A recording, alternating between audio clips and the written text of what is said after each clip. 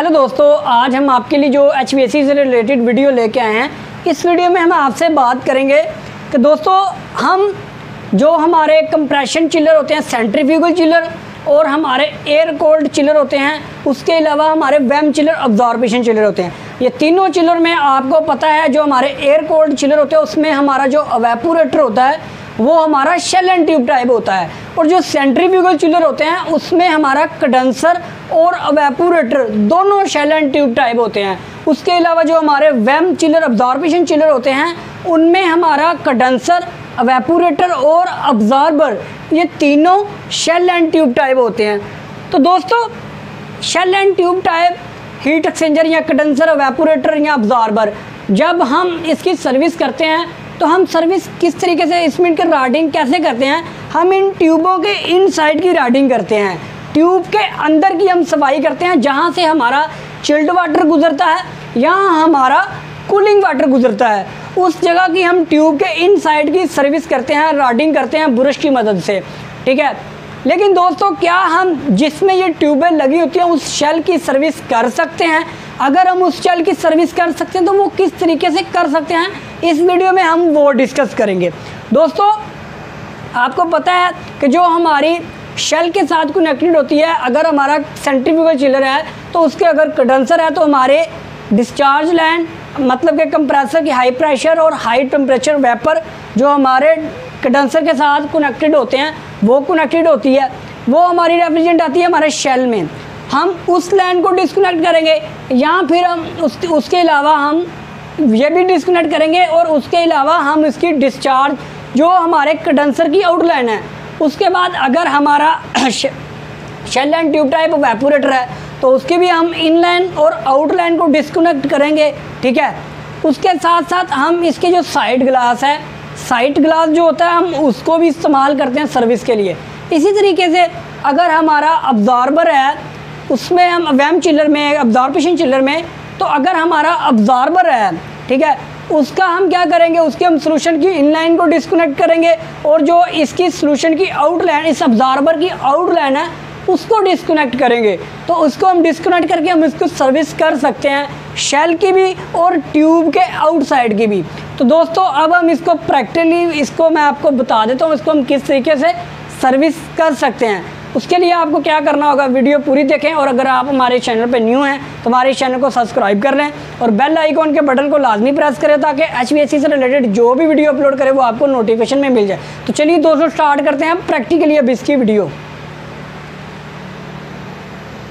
तो दोस्तों ये हमारा अब्जॉर्बर है, ये हमारा shell and tube type absorber है, ये हमारा shell and tube type evaporator है और ये हमारा shell and tube type condenser है। लेकिन हमने अभी फ़िलहाल इसकी अब्जॉर्बर की सर्विस करनी है, ये आप देख रहे हैं। अगर हम इनकी ट्यूबों की राइडिंग करना चाहते हैं हम इस डोर को खोल के हम इसकी राइडिंग कर लेते हैं। लेकिन अगर हमने इसके शेल की जो मैंने आपको बताया उसकी करनी है सर्विस, तो उसके लिए हमें ये आप देख रहे हैं ये जो शेल है इसकी हम सर्विस करेंगे।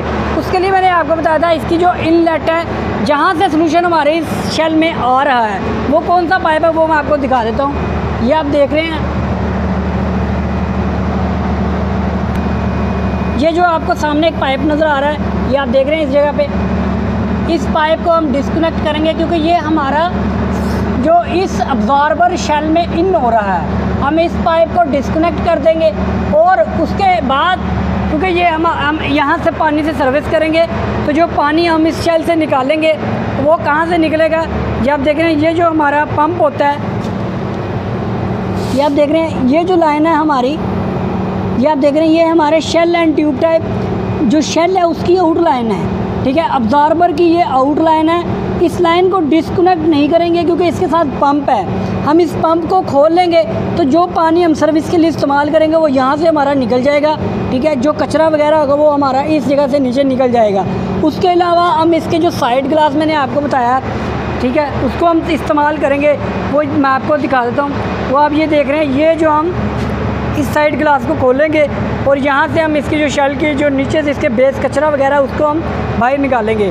तो आपको चलिए दोस्तों स्टार्ट करते हैं आज की वीडियो। दोस्तों ये हम अब इसकी लाइन को डिस्कनेक्ट कर रहे हैं। ये हमारी कौन सी लाइन है, ये जो हमारे सोल्यूशन को लेके जाती है हमारे ट्यूबों के ऊपर स्प्रे करने के लिए।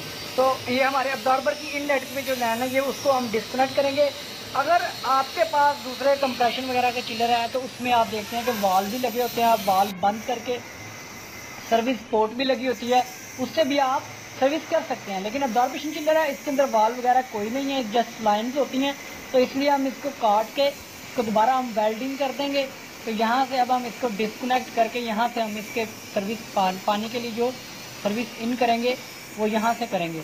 उसके बाद मैं आपको दिखा देता हूँ कि जब ये हमारी लाइन डिस्कनेक्ट हो जाएगी सारी, तो उसके बाद हम साइड ग्लास उतारेंगे। ये आप देख रहे हैं, ये हमारा साइड ग्लास है। तो ये क्योंकि काफ़ी पुराना लगा हुआ है इसके अंदर, तो ये काफ़ी हार्ड हो जाता है, क्योंकि ये हीट होती है तो ये फैल जाता है गर्म होके।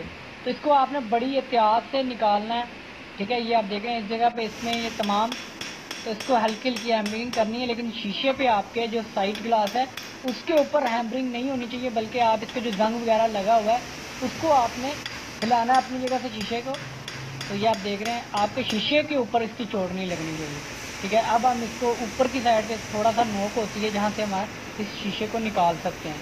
तो ये अब हमारा शीशा तकरीबन निकल चुका है। अब हम इसको निकाल के इसके बाद हम इसको साफ़ करेंगे।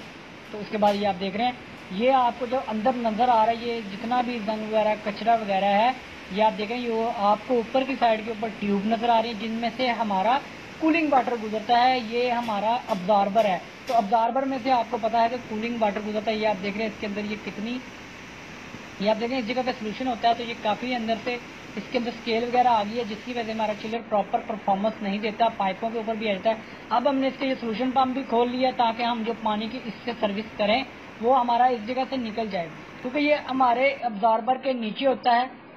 तो ये आप देख रहे हैं, ये हमारी इसकी अब्जॉर्बर शेल की आउटर है, यहाँ से ये इसको सोल्यूशन को सेक्शन करता है और फिर डिस्चार्ज करता है आगे फर्स्ट स्टेज जनरेटर के लिए। तो ये आप देख रहे हैं, अब ये हमारा पंप उतर चुका है। तो अब हम जो सर्विस के लिए इस्तेमाल करेंगे, ये आप देख रहे हैं, पानी के आगे हम एक हैवी प्रेशर है पानी का और इसके आगे नोजल लगाएंगे और उसके अंदर फिर हम इसके अंदर से शेल को पहले सर्विस कर लेंगे। मैं आपको दिखाता हूँ ये कितना इसके अंदर से कचरा वगैरह निकलेगा, जो वो आपको सामने नज़र आ रहा होगा। अभी मैं दिखा देता हूँ आपको। ये आप देख रहे हैं, ये काफ़ी ब्लैक पानी जो निकल रहा है, ये आप देख रहे हैं, ये सारा कचरा जब तक निकले साफ पानी आना शुरू हो जाएगा। उसके बाद हम ट्यूबों को सर्विस करेंगे। ट्यूबों वही जो हमने लाइन काटी, ये पाइप हम उसमें लगा देंगे, तो वो हमारी ट्यूबों के ऊपर पानी स्प्रे होना शुरू हो जाएगा, ठीक है। क्योंकि उस पाइप से सोल्यूशन जाता है, वो सोल्यूशन हमारी ट्यूबों के ऊपर स्प्रे होता है। तो ये आप देख रहे हैं, हमने साइड ग्लास को साफ करने के लिए अभी हमने इसको केमिकल में रखा है थोड़ी देर के लिए, तो शीशा ये हमारा साफ हो जाएगा। ये आप देख रहे हैं, शीशा हमारा बल्कि न्यू हो गया है। इसको हम धोएंगे पानी से, इसके केमिकल वगैरह से इसको निकाल के। तो इस तरीके से आप इससे साइड ग्लास को साफ कर सकते हैं। पहले आपने देखा होगा कि ये नज़र नहीं आ रहा था। तो अब ये हमारा क्रिस्टल टाइप शीशा जो साइड ग्लास होता है, ये हैवी टेम्परेचर के लिए बनाए जाते हैं, स्पेशली ग्लास होते हैं, ये भी काफ़ी एक्सपेंसिव होते हैं। आप इसको बड़ी एहतियात से रखें, ये टूट ना जाए, ठीक है। उसके बाद आप ये देख रहे हैं, अब हमने इसके अंदर हमने उस जगह पे पाइप लगा दिया पानी, ये आप देख रहे हैं, इसके अंदर से भी आपको स्टीम वगैरह बन रही है। ये इसी वजह से कि जो पानी इसमें से ठंडा गुजर रहा है, जो हमारे पंप चल रहे हैं। तो ये आप देख रहे हैं, ये हमने इसमें से भी पानी वाटर गुजर रहा है, तो सॉरी कूलिंग वाटर इसमें से गुजरता है अब्जॉर्बर में, ठीक है। तो इसके साथ होता है हमारे चिल्ड वाटर। आपको पता है कि अब्जॉर्बर और एवेपोरेटर एक ही शेल में होते हैं, ठीक है। तो दरमियान में इनके सिर्फ स्टिपर्स वगैरह होते हैं। तो ये आप देख रहे हैं, ये अब हम इसके ट्यूबों के ऊपर पानी को स्प्रे करेंगे, क्योंकि हमारा जो शेल है नीचे से साफ़ हो चुका है। तो अब हम इसके ट्यूबों के ऊपर उस जगह भी पानी लगा देंगे। पाइप ये आप देख रहे हैं, ये नोजल हमने लगा लिया। अब हम उस पर ये आप देख रहे हैं, हमने पानी जो पाइप काटा था हमने, वो हमारे अब्जॉर्बर का इनलेट था। तो हमने उस पानी को, ये अब ट्यूबों के ऊपर जब पानी आहिस्ता आहिस्ता गिरता रहेगा, क्योंकि ये लिथियम ब्रोमाइड होता है, ये जंग बनाता है, तो ये पानी से साफ हो जाता है। ये ट्यूबों के ऊपर से पानी जितनी देर हम ज़्यादा इसमें से गुजारेंगे, तो वो पानी ये आप देख रहे हैं ट्यूबों के साथ ट्यूबों के ऊपर गिर रहा है, तो वो हमारी ट्यूबें साफ हो रही हैं। तो ये आप देख रहे हैं, अब हमने इसमें पानी को फिल किया था ताकि जितना भी कचरा वगैरह वो पानी के अंदर मिक्स होकर बाहर आ जाए। तो अभी हम इसको दोबारा फिर एक दफ़ा भरेंगे। तो ये आप देख रहे हैं, हमने इसमें दोबारा पानी को भर के, तो अब हम इसका दोबारा साइड ग्लास खोलेंगे जो हमने टेम्परेरी लगाया था। तो इसके बाद हम इसको बंद करेंगे। ये हमारे इसकी सर्विस हो चुकी है, ये आप देख रहे हैं। ये इसके अंदर हमने पानी भरा था, ये पहले इसमें से गंदा पानी आ रहा है, ये आप देख रहे हैं। तो ये ऐसा ऐसा ये फिर साफ पानी आना शुरू हो जाएगा। तो इस तरीके से हम इसकी सर्विस करते हैं। तो अभी हम इसके अंदर की कंडीशन चेक करेंगे, अगर तो हमारा ये साफ हो चुका होगा तो इसको हम दोबारा बंद कर देंगे। तो दोस्तों अगर आप हमारे चैनल पर न्यू हैं तो हमारे चैनल को लाजमी सब्सक्राइब करें, ताकि HVAC से रिलेटेड जो भी हम वीडियो अपलोड करें वो आपको नोटिफिकेशन में मिल जाए। तो ये आप देख रहे हैं, अब हम इसमें चेक करेंगे कि कचरा वगैरह वो तकरीबन हमारा पानी भी साफ आना शुरू हो गया है, ट्यूबों की भी सफाई हो चुकी है। उसके साथ साथ ये आप देख रहे हैं, ये हमारा पानी बिल्कुल साफ होना शुरू हो गया। तो अब हम इसको बंद कर देंगे, साइड ग्लास को दोबारा फिट कर देंगे। तो ये आप देख रहे हैं, अब हमने साइड ग्लास को अच्छे तरीके से, इसकी सील होती है, रबड़ सील इसके दरमियान होती है, हाई टेम्परेचर रबड़ सील, उसकी भी आपने तैयार कर दी है, वो भी ख़राब ना हो। तो ये अब हमने इसको साइड ग्लास को दोबारा अच्छे तरीके से टाइट कर दिया, ताकि हमारी एयर वगैरह वैक्यूम वगैरह यहाँ से ब्रेक ना हो। ठीक है, तो इसके बाद हम पंप की दोबारा फिटिंग कर देंगे। तो दोस्तों अगर आपको वीडियो अच्छी लगी तो हमारे चैनल को सब्सक्राइब करें, और अगर आपको कोई क्वेश्चन है इससे रिलेटेड तो वो भी लाजमी कमेंट्स करें, हम इंशाल्लाह आपके मैसेज का ज़रूर रिप्लाई करेंगे। तो आप हमारे चैनल को भी सब्सक्राइब कर लें।